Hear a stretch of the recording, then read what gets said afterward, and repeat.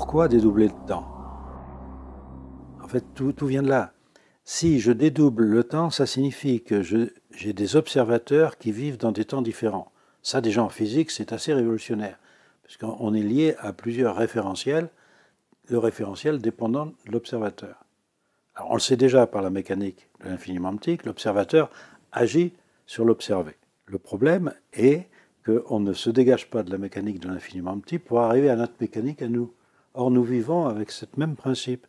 C'est-à-dire que, imaginez que vous puissiez disposer du temps que vous connaissez, ça, il n'y a pas de problème, mais que dans des instants imperceptibles, donc qui pour nous n'existent pas, et qui sont prouvés par l'imagerie médicale, puisque l'imagerie médicale nous montre que nous avons des temps perceptibles et des temps imperceptibles.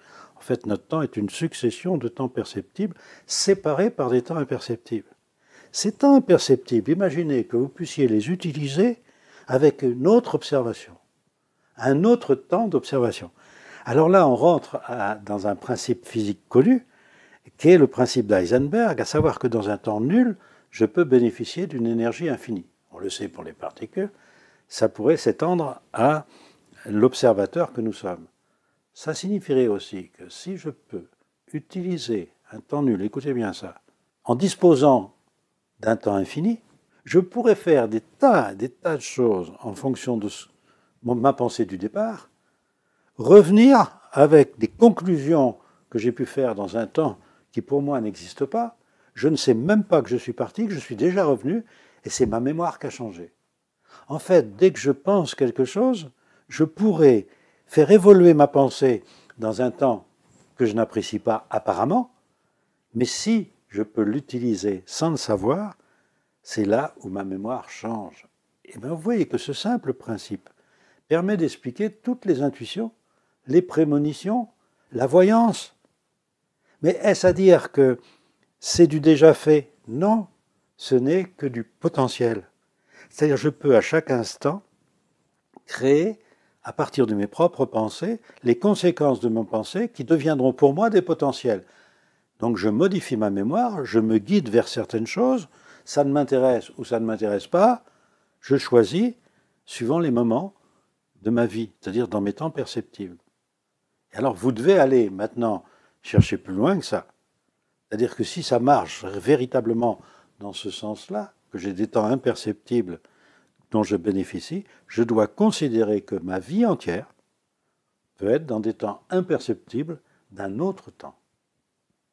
Et que, en fait, je suis en train de bâtir le futur potentiel d'une autre réalité où il y a d'autres observateurs qui bénéficient de cette même loi. Alors l'intérêt de tout cela, si je peux être moi-même dans des temps différents, c'est-à-dire dédoublé, je peux être à la fois l'acteur qui vit avec ce que j'observe dans le temps dont je dispose, je peux être aussi celui qui reçoit des informations pour pouvoir faire les conséquences de la pensée de celui qui m'informe. Et ma vie ne sera à ce moment-là qu'une conséquence d'un autre moi-même qui me guiderait.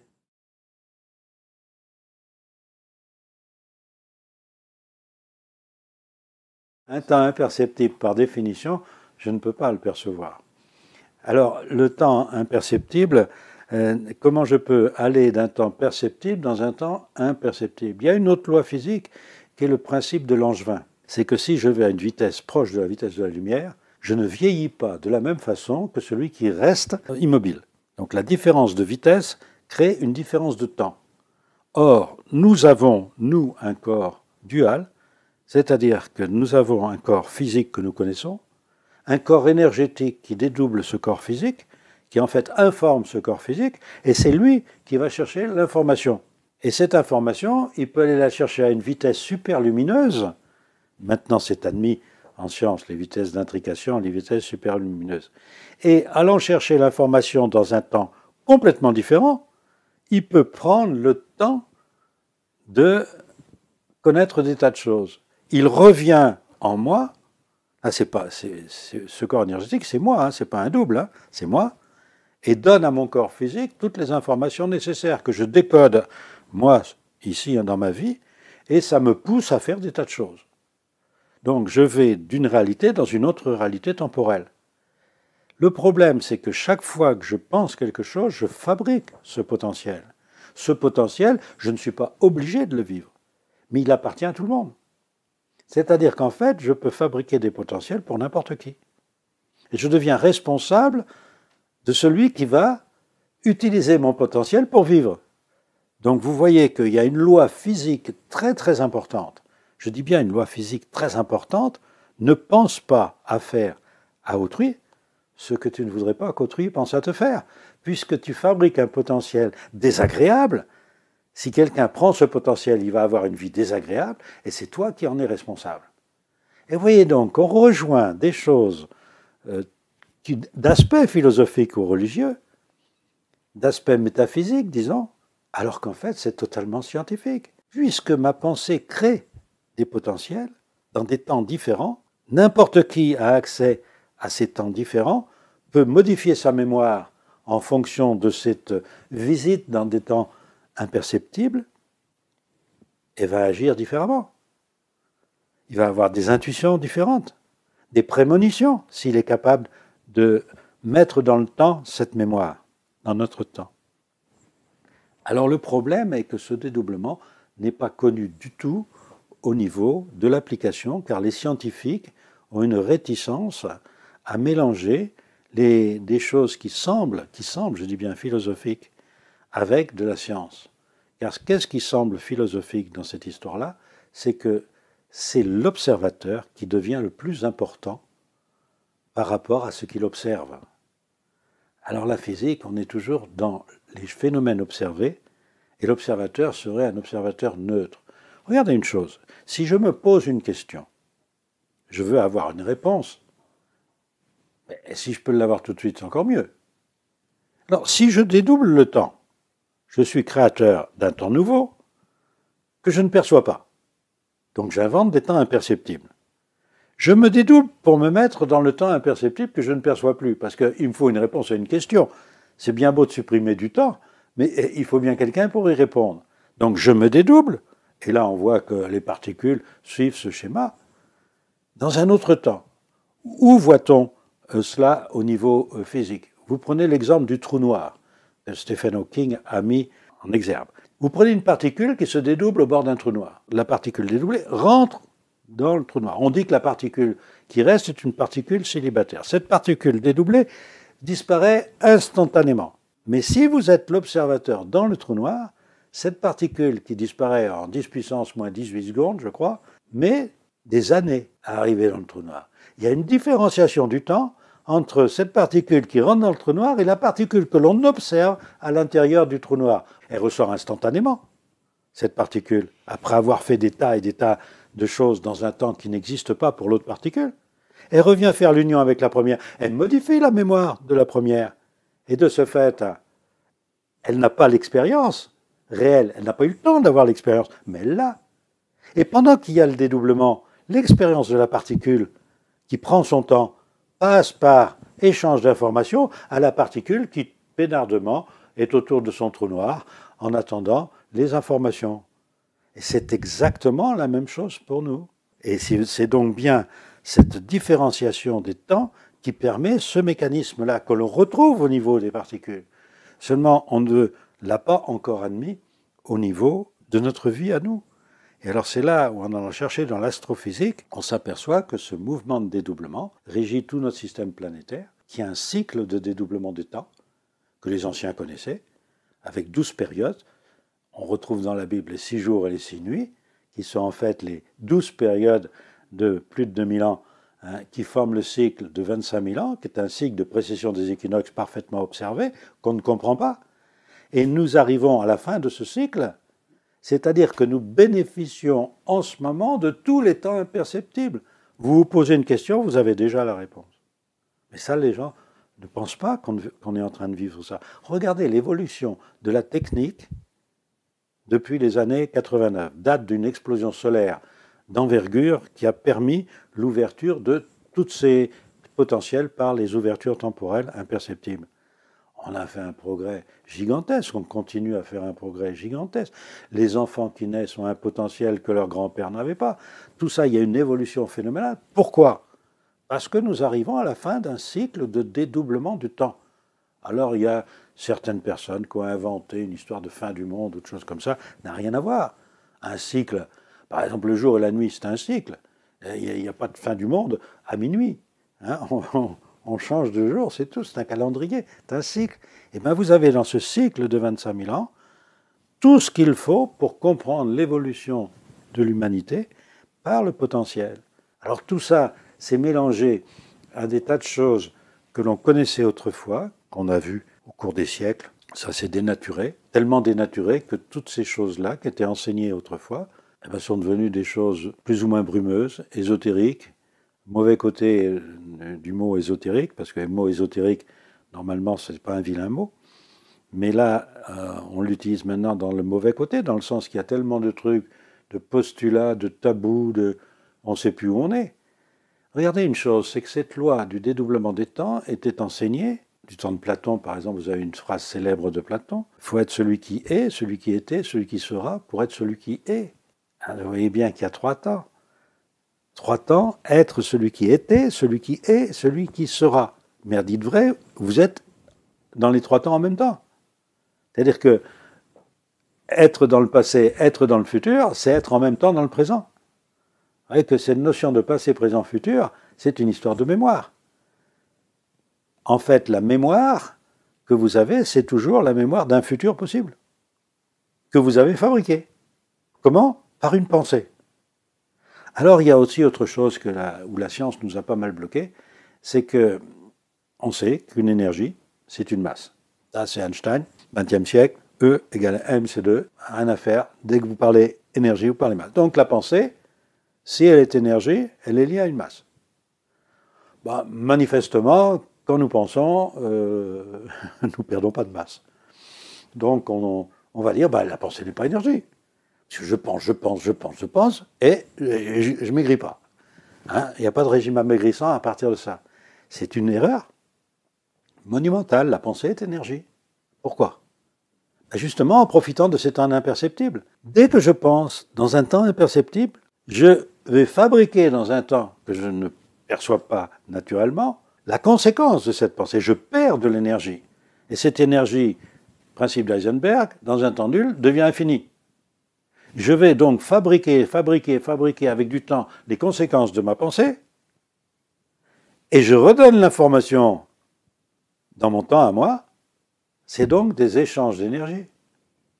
Donc je perds de l'énergie, mais je gagne de l'énergie, et tout ça dans un temps nul.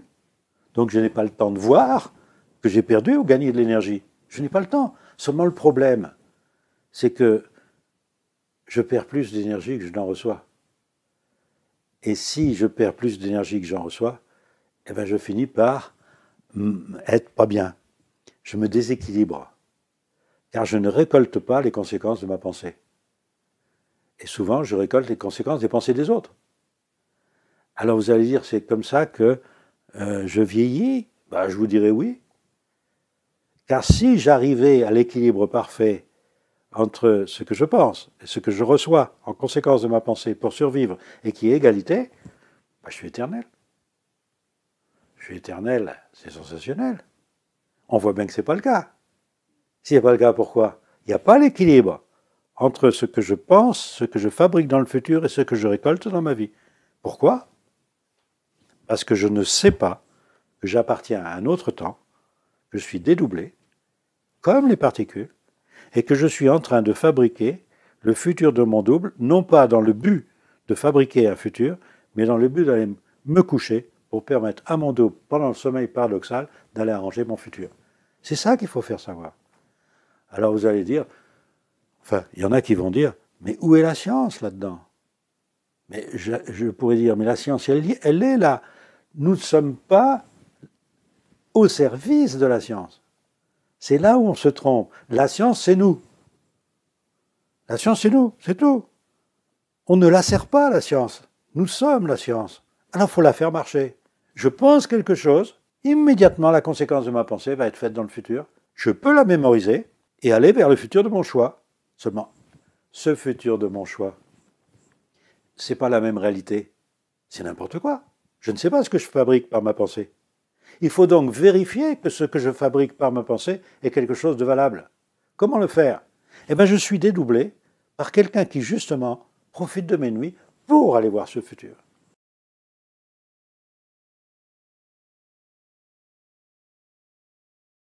Si vous arrivez à vivre le futur qui est fait pour vous, vous n'avez plus de problème. Et le problème est, dès lors que vous connaissez le but de votre vie, que vous savez ce qu'il faut faire, il n'y a plus de problème. Les problèmes, vous les créez. Il y a les solutions. Les solutions, c'est quoi? C'est simplement de faire marcher la machine du dédoublement. Le problème, chaque problème, c'est nous qui le créons, car il est en potentiel avant qu'on le vive. Je crée mon futur avant de le vivre. Donc le problème que j'ai, c'est un problème qui est préexistant dans le futur, que j'actualise dans mon temps présent. Mais j'ai la possibilité, par le sommeil paradoxal, d'envoyer mon double dans le futur, arranger mon futur, avant que je le vive dans le temps présent.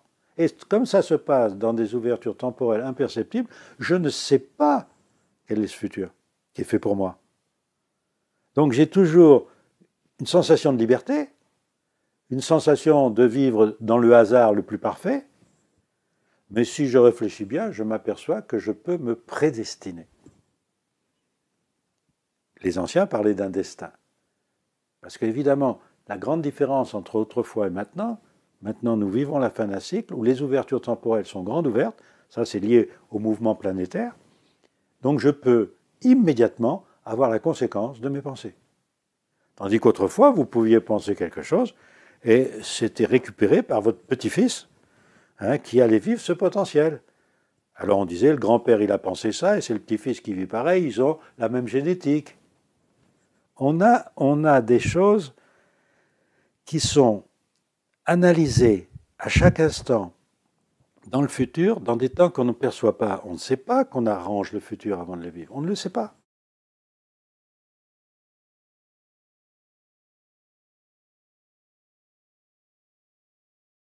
Bien sûr, mais à une condition.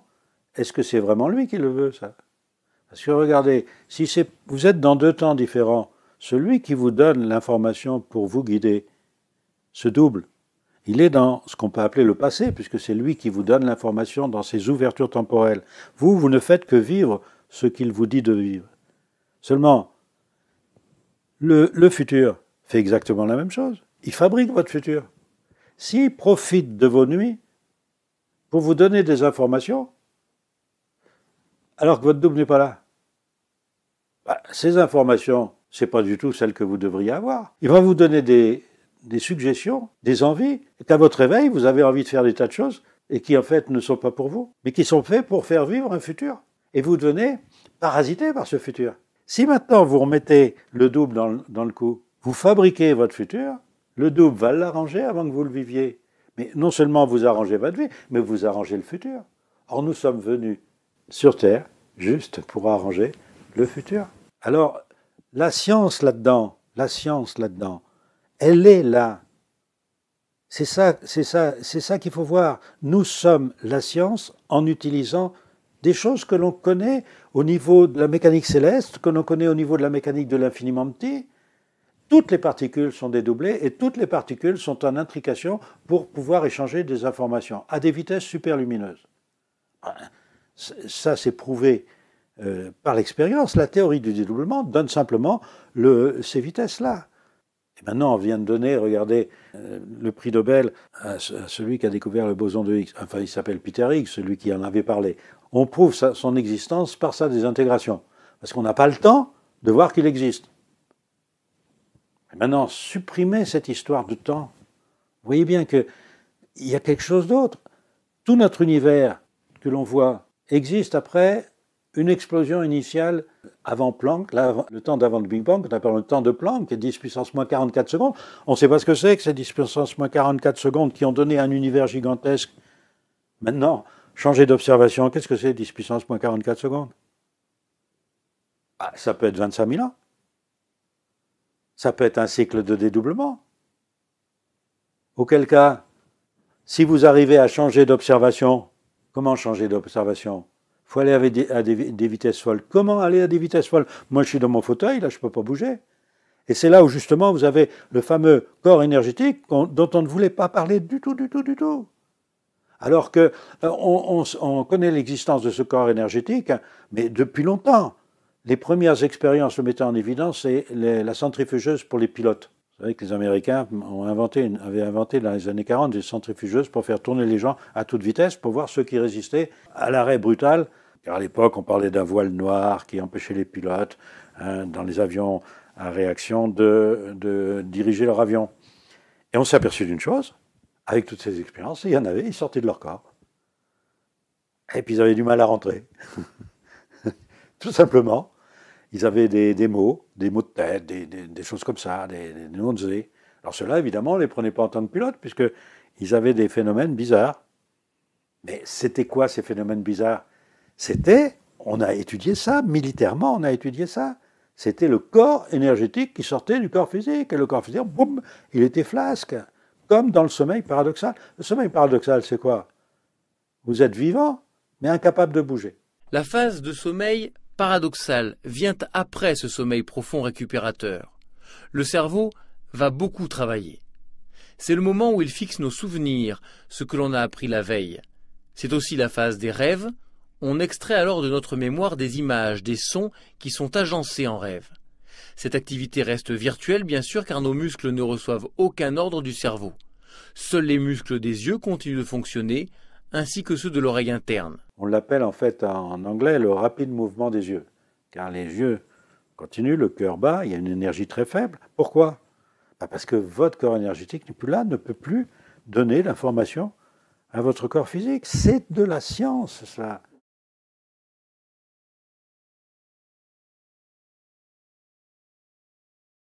Vous pouvez en faire quand vous voulez. Regardez justement une expérience française en 2010 avec un titre dans la recherche scientifique, un journal bien scientifique, dit, voilà, en triturant le cerveau à un endroit donné, on donne une illusion de décorporation, la personne se retrouve au-dessus d'elle-même. Une illusion de décorporation. Alors oui, je dis en riant, la mort est une décorporation. Alors, venez mourir en France, c'est une illusion. C'est parfait. Mais si on veut être sérieux, à quoi ça sert cette décorporation? À quoi ça sert? Alors, on a cette possibilité de changer de temps avec un corps énergétique que l'on n'observe pas, car on n'observe pas ce corps énergétique. Nous, on ne l'observe pas. Alors on dit scientifiquement, on sait que la mort enlève une partie de nous, et il reste un corps physique, ce corps énergétique qui s'en va. Est-ce qu'il ne s'en va pas non plus pendant le sommeil paradoxal? Alors, est-ce que l'on veut mettre dans la science ce corps énergétique ou pas? Écoutez, dans l'univers, tout est dual. Alors, les particules sont toutes duales, c'est-à-dire corpusculaires et ondulatoires. Nous sommes un assemblage de particules. Nous avons des énergies de pensée. Alors, il faut d'abord admettre que la pensée est énergie. Si vous n'avez pas les ouvertures temporelles imperceptibles pour expliquer que l'énergie est une pensée, vous n'arriverez pas. Mais n'importe qui comprend ça. Et tout le monde sait qu'un rêve, ça dure rien du tout dans notre temps. Mais quand vous y êtes, ça dure. Des jours et des jours. On sait que quelqu'un peut frapper à votre porte et vous réveille. Le bruit a déclenché le rêve. On met des électrodes, on s'en aperçoit. Un rêve de 1/5 ou un 20e de seconde, et vous étiez là en train de rêver. Pendant une semaine, vous étiez, je sais pas moi, à Tahiti, en train de vous dorer, vous étiez avec les Vainés là-bas. Bon. Et vous dites à la personne qui a frappé à la porte, disons, tu aurais pu attendre, j'étais dans un rêve merveilleux, tu m'as réveillé. Et non, c'est le bruit qui a déclenché le rêve, pour empêcher la personne de se réveiller, pour rester dans un sommeil qui permet ce rêve. Et ce rêve, il faut savoir l'utiliser.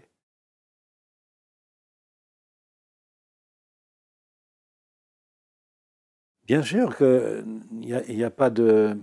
la mort n'est pas un arrêt. La naissance est une mort. Dans ce système de dédoublement, quand vous venez vous incarner sur Terre, la naissance c'est une mort dans un autre temps. Et quand vous allez mourir, c'est une naissance dans cet autre temps. En fait, vous vivez dans une ouverture temporelle de vous-même. Vous plongez dans un futur sous une forme que l'on connaît, hein, on prend la peau d'un singe, hein, pour venir, nous ne sommes pas le singe, nous sommes dans la peau d'un singe pour vivre. Pourquoi faire? Pour échanger des informations, pour être celui qui était, celui qui est et celui qui sera. Mais le problème, c'est que celui qui sera n'existe pas pour nous. Nous ne sommes que deux, un dans le passé, un dans le présent. Dans le futur, il n'y a personne. On doit arranger ce futur. Alors, est-ce qu'il y a derrière un carcan scientifique sérieux permettant d'affirmer ce que je dis? Mais bien sûr, il suffit simplement de s'y plonger.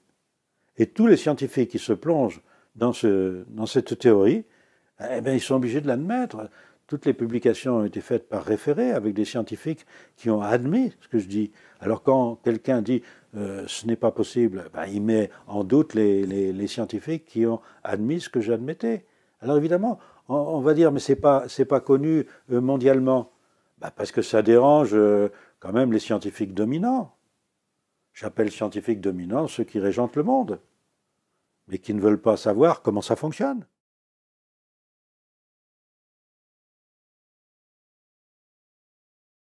Le problème, il est que dans ce mécanisme-là, si vous ne connaissez pas comment ça marche, il n'y a aucune différence entre l'information que vous recevez dans votre temps, entre celle de votre double qui est dans le passé et celle du futur où vous n'êtes pas.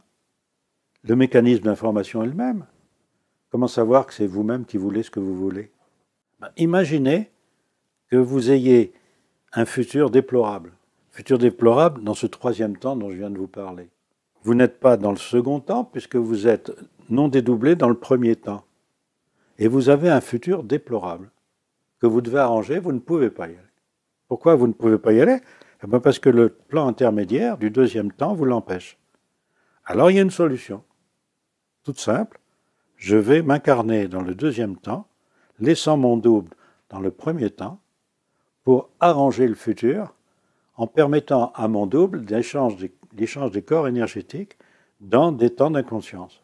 Ces temps d'inconscience, il y a un temps privilégié, personne ne sait pourquoi, c'est le sommeil paradoxal.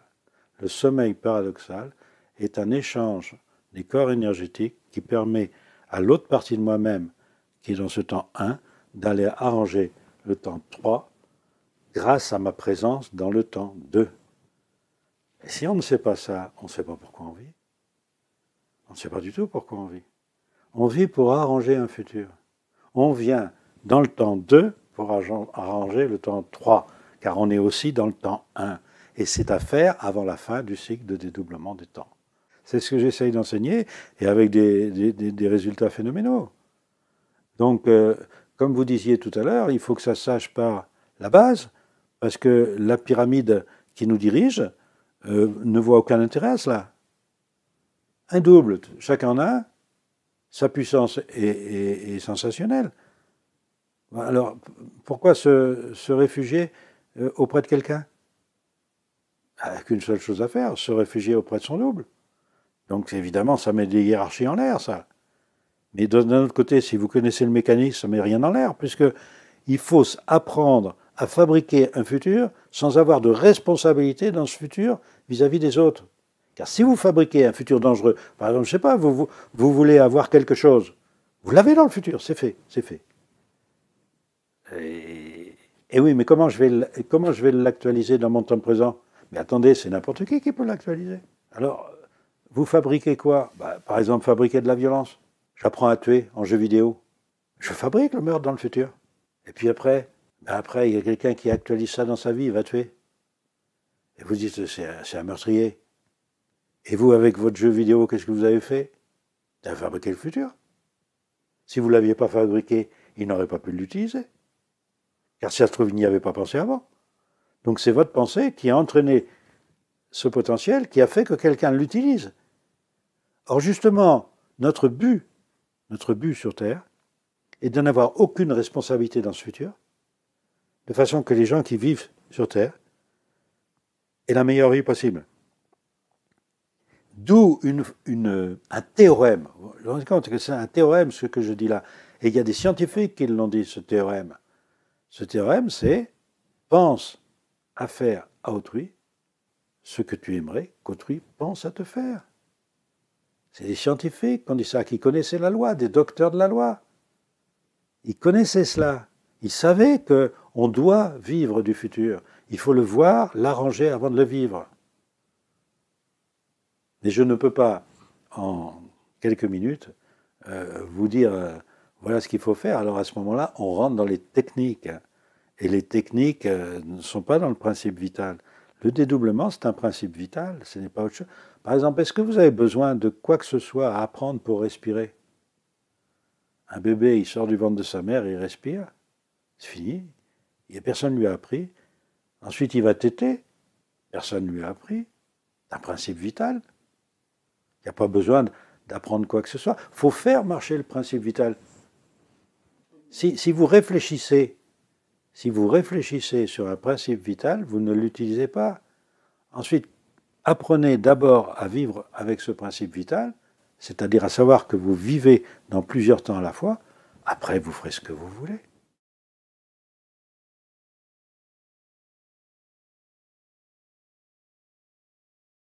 Parce que le futur est à la mesure de pensée de l'humanité. Regardez ce que l'homme pense, c'est son futur. Si vous pensez de travers, vous fabriquez un potentiel de travers que vous pourrez utiliser. Si vous pensez des choses valables, que n'importe qui peut utiliser sans problème, alors vous pensez à faire à autrui ce que vous aimeriez qu'autrui pense à vous faire. Et de ce fait, vous n'avez aucune responsabilité dans la vie des gens, dans le malheur des gens. Par contre, vous avez peut-être une responsabilité dans le bonheur des gens, si ce que vous fabriquez permet de mieux vivre.